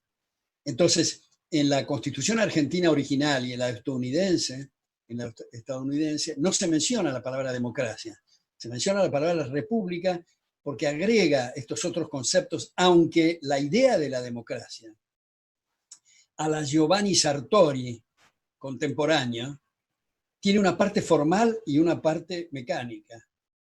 Perdón, una parte formal y una parte de fondo. La parte formal o mecánica es la mitad más uno, y la parte de fondo es la obligación de los gobernantes de respetar y garantizar los derechos de la gente, en este caso de las minorías. Hay un constitucionalista argentino, extraordinario a mi juicio, Juan González Calderón, que dice que los demócratas de los números ni siquiera de números entienden, porque se basan en las siguientes fórmulas equivocadas. 50% más 1 igual a 0%. 50% menos 1% igual a 0%. Las dos ecuaciones son falsas. Si nosotros nos ocupamos solamente de entender la democracia como la mitad más 1, diríamos que Hitler o las primeras minorías, diríamos que Hitler era demócrata o Allende era demócrata o este individuo que habla con los pajaritos en Venezuela es un demócrata. Y eso es un insulto a la inteligencia, un insulto a la democracia. Entonces me parece que retomar autores como Giovanni Sartori es importante a esos efectos, limitar el poder. Por ejemplo, eso que decíamos del poder legislativo, con los estados de Texas, Nevada, South Dakota, etc., o en el poder judicial, abrir por completo el arbitraje privado sin ninguna regulación de ninguna naturaleza, como ha propuesto el extraordinario jurista Bruno Leoni. Y acá viene una cosa que ustedes van a decir que a lo mejor me falla algo en la estructura cerebral, por lo que voy a proponer. Pero me parece útil como un ejercicio, porque acá viene esto. A los que me están escuchando ahora y los que no me están escuchando o me escucharán con el video el día de mañana, en fin, yo les digo, se ha abusado de tal manera de la palabra democracia que dentro de poco vamos a convertir al globo terráqueo en un inmenso gulag en nombre de la democracia. Acá hay un tema que falla. Entonces, ¿qué tenemos que hacer la gente? ¿Estar de brazos cruzados y siempre hablar de las próximas elecciones y entrar dentro de este sistema? ¿O proponer abrir debates de fondo para limitar el poder? Entonces voy a proponer algo ahora para el Poder Ejecutivo, que si a ustedes les parece que es una cosa extrema, una cosa absurda por momentos, propongan otra, pero hagan trabajar las neuronas y no nos quedemos quietos, propongan otras medidas para limitar el poder. Dije eso del Poder Judicial, dije lo del Poder Legislativo, ahora digo lo del Poder Ejecutivo. Hay una frase de Montesquieu en El espíritu de las leyes que ha pasado desapercibida en general, y es que dice textualmente: está en la índole de la democracia elegir a los gobernantes por sorteo. ¿Pero cómo por sorteo? Este tipo de una falla importante. Está patinando. ¿Qué es lo que pretendía Montesquieu que se aplicó en las repúblicas de Venecia y de Florencia, digamos, en la antigüedad?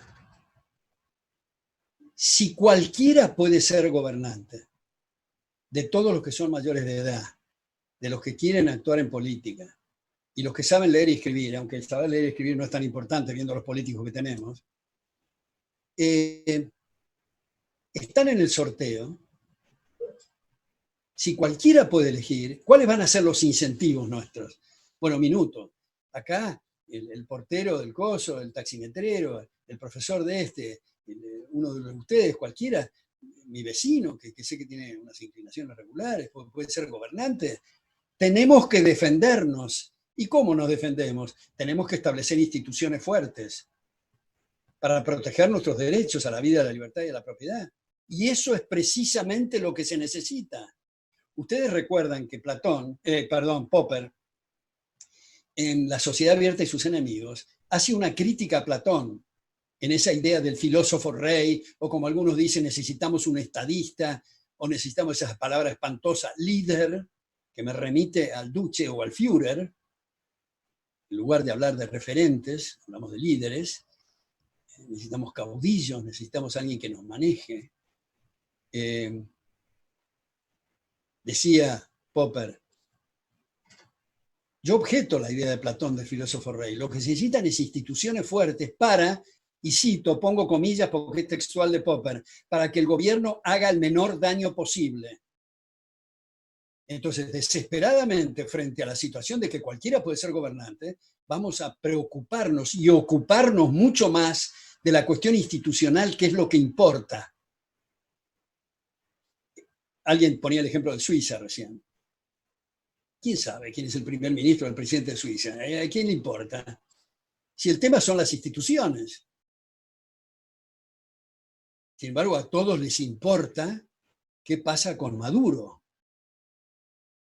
o los caudillos locales.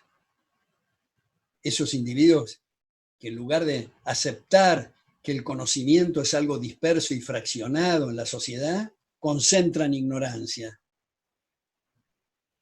Entonces, ese es el punto que quería hacer respecto de la limitación. Cuando se decida la cuestión de la república y la democracia, tenemos que ver qué queremos decir con este concepto y tenemos que, dentro de la batalla cultural, no solo cuestiones éticas, estéticas, económicas, sino estas de marcos institucionales y jurídicas que son muy importantes. Es decir, ¿qué hacemos para limitar el poder? Hayek, en Law, Legislation and Liberty, Derecho, Legislación y Libertad, en el primer tomo, las primeras 12 líneas de la edición de 1973, dice, tenemos que felicitarnos porque en realidad el liberalismo ha hecho mucho bien en el mundo, eliminando la monarquía absoluta y todo lo demás.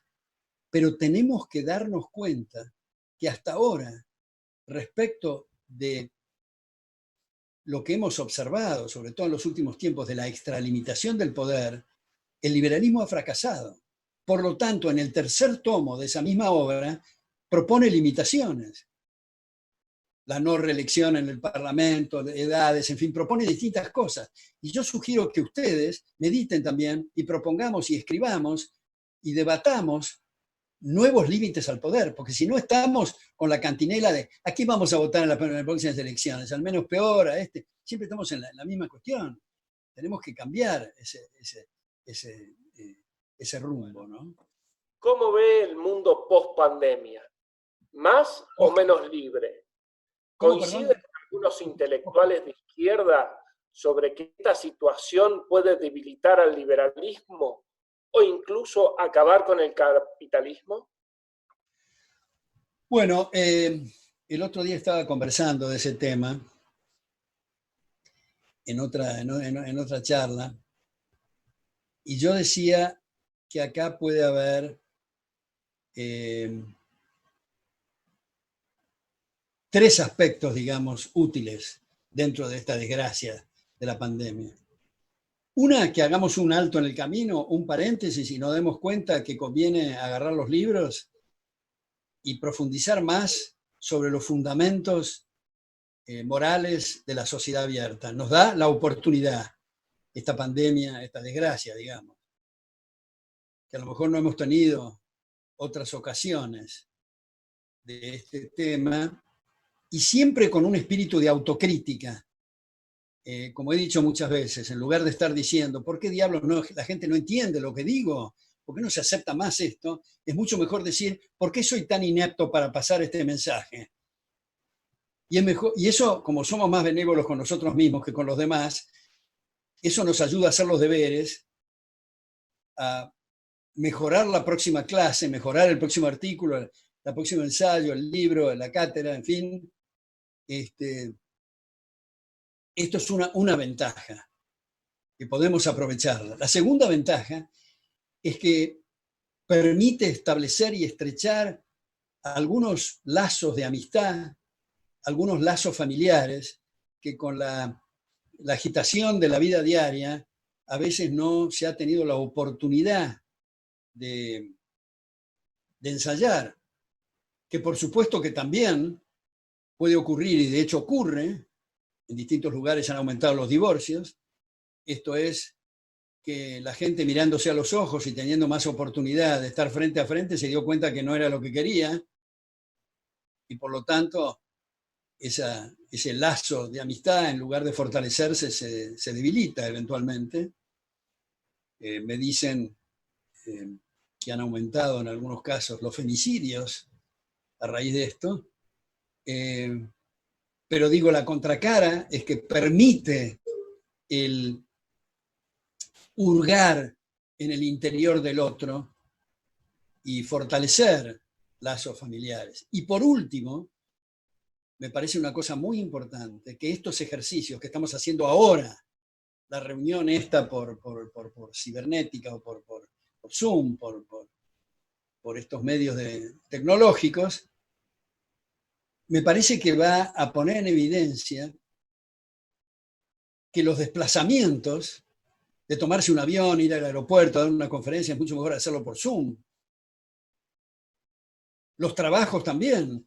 Hay algunos, bueno, cuando se está en una línea de montaje para el automóvil, eventualmente se requiere la cosa presencial, pero muchos de los trabajos en la época de la economía del conocimiento van a ser home office, de estar en su casa, sin necesidad de desplazarse, ahorrando riesgos en la calle, ahorrando combustible y ahorrando y ahorrando sobre todo estructuras edilicias que pueden eliminarse, puesto que no es necesario el desplazamiento o reducirse sustancialmente.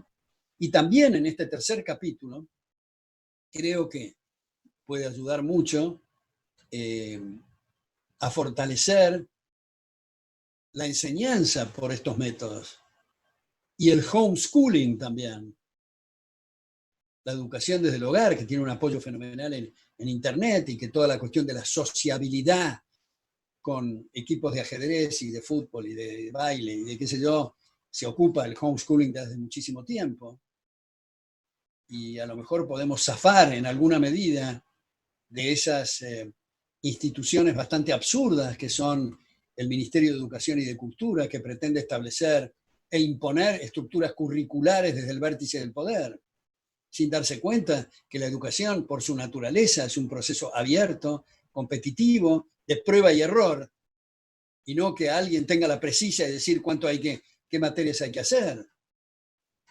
Entonces esas son grandes ventajas. Ahora, viene la otra cuestión, para resumir muy apretadamente esto. En la cuestión de la salud, en la cuestión de la infección, yo personalmente no me considero capacitado para opinar.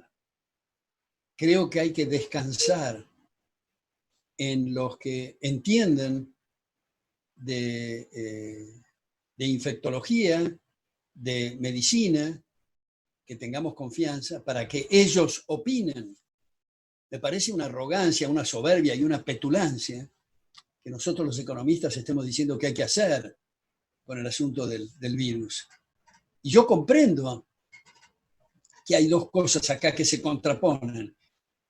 Por una parte, si las actividades económicas se suspenden, puede haber hambre y por lo tanto muertes. Pero también se acumulan cadáveres si permitimos que haya contagios por el coronavirus. ¿Cuál va a ser el trade-off? ¿Cuál va a ser la relación costo-beneficio? Es algo que tienen que opinar principalmente los médicos. Yo estaba escuchando en radio, en mis caminatas matutinas, el otro día, al jefe de infectología del CEMIC, Pablo Boeni. Pablo Boney, que es profesor titular en el Instituto Universitario del CEMIC también y expresidente de la Asociación de Infectología, de la Asociación Argentina de Infectología, donde me mostró una gran dosis de prudencia. Esto es, no se puede generalizar para todos lados lo mismo. Conviene, en algunos casos y en algunos lugares donde hay mucha concentración de población, el aislamiento. No así en otras provincias, municipios, en otros lugares. Es lo mismo, digo yo, que con el monóxido de carbono. No es lo mismo emitir monóxido de carbono en Buenos Aires que en la Patagonia o en el desierto del Sahara. ¿Cuáles van a ser las proporciones de invadir derechos de propiedad en los pulmones de otros por emitir monóxido de carbono? Sin pretender la eliminación del monóxido de carbono, porque todos tenemos que dejar de respirar y nos morimos todos. Pero ¿cuál es el equilibrio?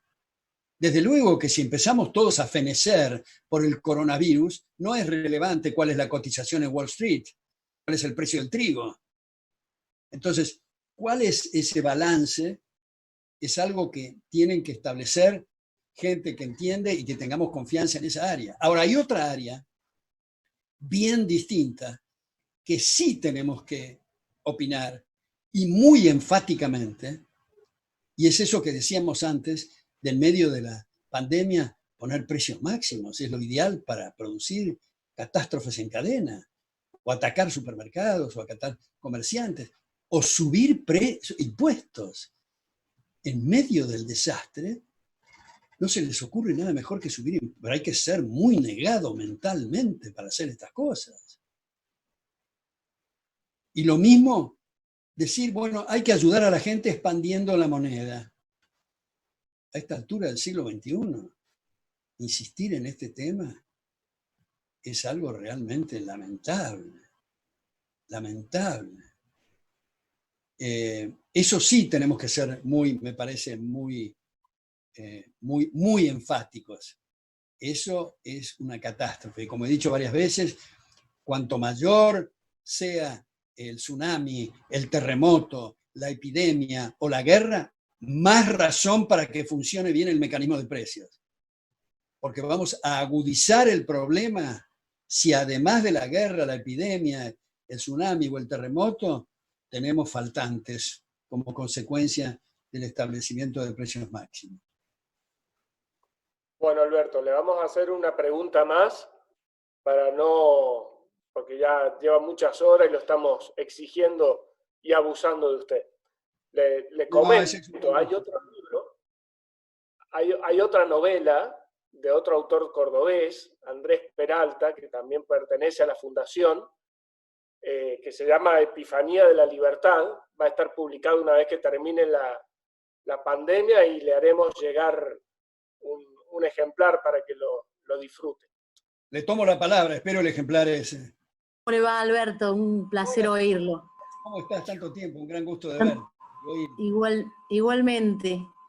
A mí se me ocurre preguntarle algo medio que lo puede asustar, pero si usted fuera el ministro de Economía en medio de esta situación de pandemia en Argentina, ¿cuáles serían las primeras medidas que considera que deberían tomarse para no seguir agravando y empeorando el problema? La primera medida que adoptaría es abdicar, porque no creo en la existencia del Ministerio de Economía, porque el Ministro de Economía es para controlar la economía. Pero para facilitar el tema y la pregunta que estás diciendo, en la cuestión, si fuera secretario, digamos, porque no hay necesidad el nivel del ministro, secretario de Finanzas Públicas o de Hacienda, que es lo que corresponde en un sistema republicano, yo creo que lo primero en el Poder Ejecutivo es vender todos los edificios y los palacios de los distintos ministerios y que trabajen todos en la Casa Rosada. Eliminar ministerio, por ejemplo, Ministerio de Bienestar Social significa que va a haber un malestar social. Secretaría o Ministerio de la Producción, de Agricultura, de Industria, de Trabajo, todo eso habría que eliminarlo. Y la industria, el trabajo, va a andar muchísimo mejor. Por supuesto que en un clima laboral donde pueda eliminarse las estructuras estas fascistas copiadas de la Carta de Laboro de Mussolini, que todavía tenemos, como la... veo que estornudás bien, Rogelio, con el codo, es importante eso, aunque estamos lejos. Bueno,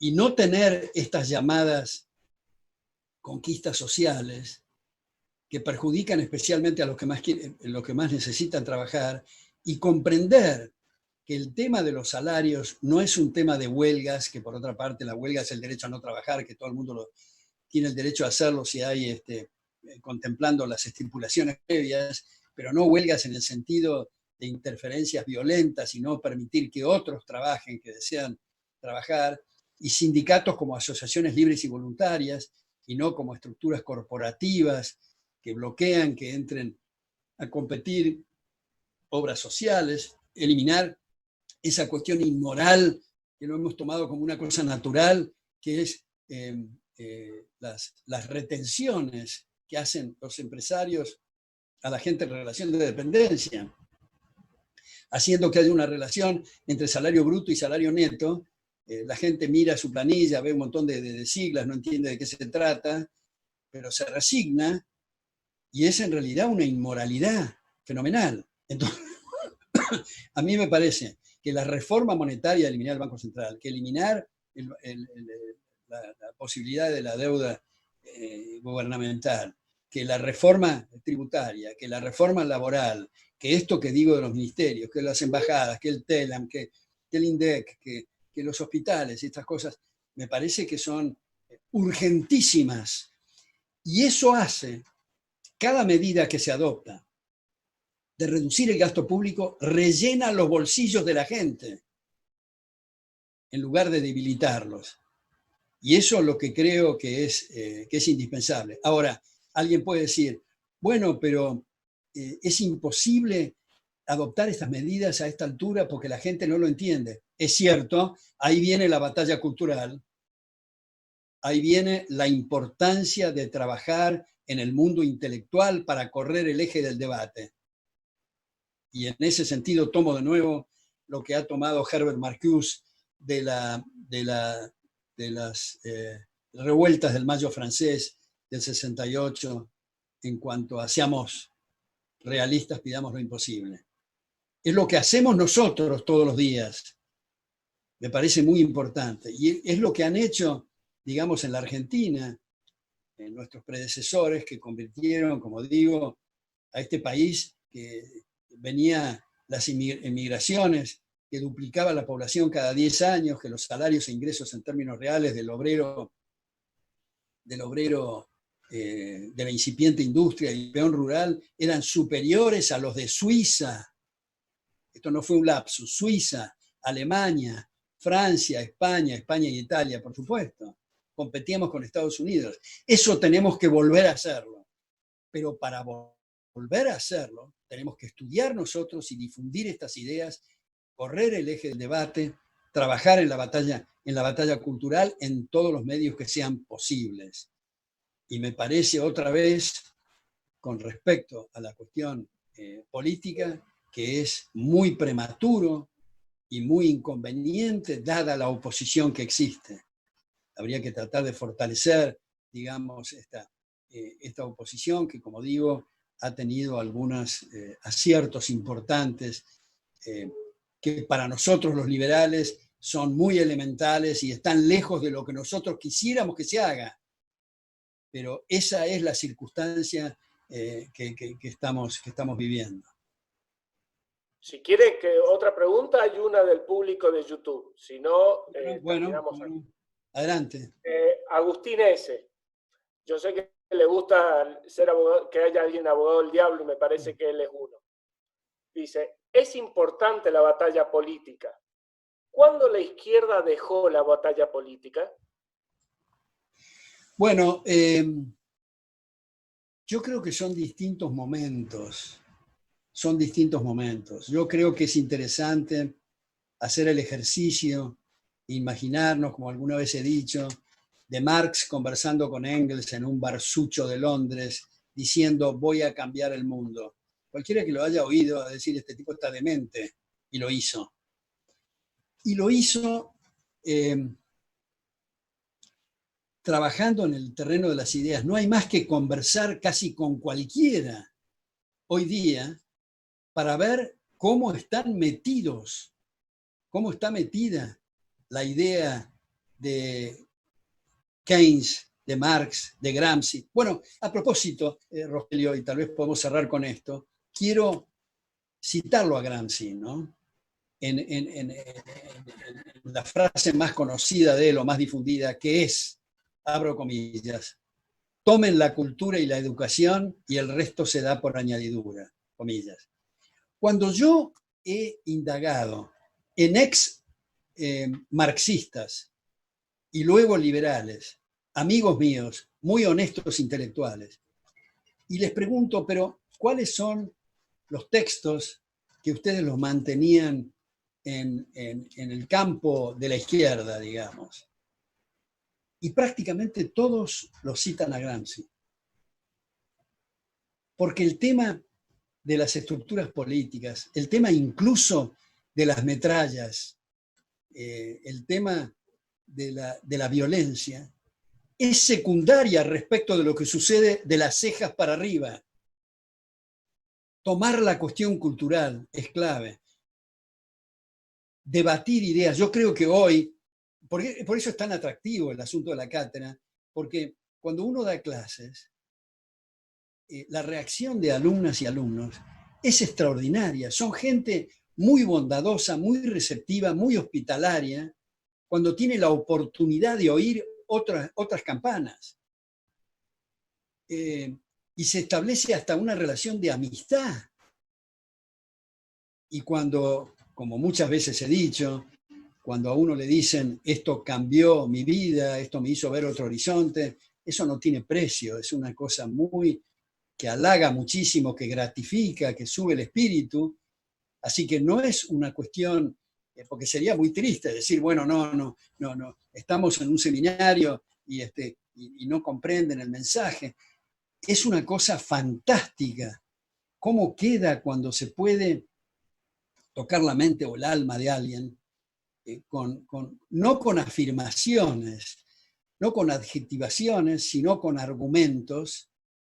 Yo creo que eso es lo más contundente, y yo tengo gran esperanza y soy muy optimista respecto de la Argentina del futuro, si somos capaces otra vez de no consumir tiempo, otra vez en mi charla de hoy, circunscribirnos en coyunturas y dedicarnos a las afiliaciones y a las cuestiones políticas, que como digo, una vez que se asuma en el Parlamento, empezamos con la cuestión, bueno, ahora estamos en la función política, no podemos decir, hablar en sueco, digamos. Tenemos que tratar de que la gente entienda el sueco un poquito más, un poco más, porque estamos muy atrasados, se ha abandonado muchísimo esta cuestión. Recién ahora surgen gente que toma estas ideas liberales, gracias a los que se dedican básicamente a la batalla cultural. Bueno, Rogelio, te agradezco muchísimo esta reunión, mucho a todas las preguntas y a todos los que hicieron reflexiones y preguntas. Fue una reunión muy agradable. Te felicito especialmente, Rogelio, de tu institución, las cosas que hace, y vuelvo al tema que he dicho de tu libro, y espero el otro. Perfecto, Alberto. Bueno, acá somos muchos, la Fundación Liberar está trabajando y nos hemos esforzado para poder hacer esta reunión gracias a tu gentileza, ayudados por el Club de los Viernes, por Andrés Brown, por Jimena Crespo, por la Universidad Siglo XXI, Carlos Hulton, que te está escuchando también, Alternativa Medias y el profesor Bengió. Ha sido un verdadero placer. Veremos si lo podemos volver a repetir en otro momento. Todas estas gentes, repitiendo lo que dijiste del Mayo francés, creen en la imaginación al poder, y el individuo es el que tiene imaginación. Así que seguiremos tu ejemplo. Bueno, muchísimas gracias. Buenas noches a todos. Chao.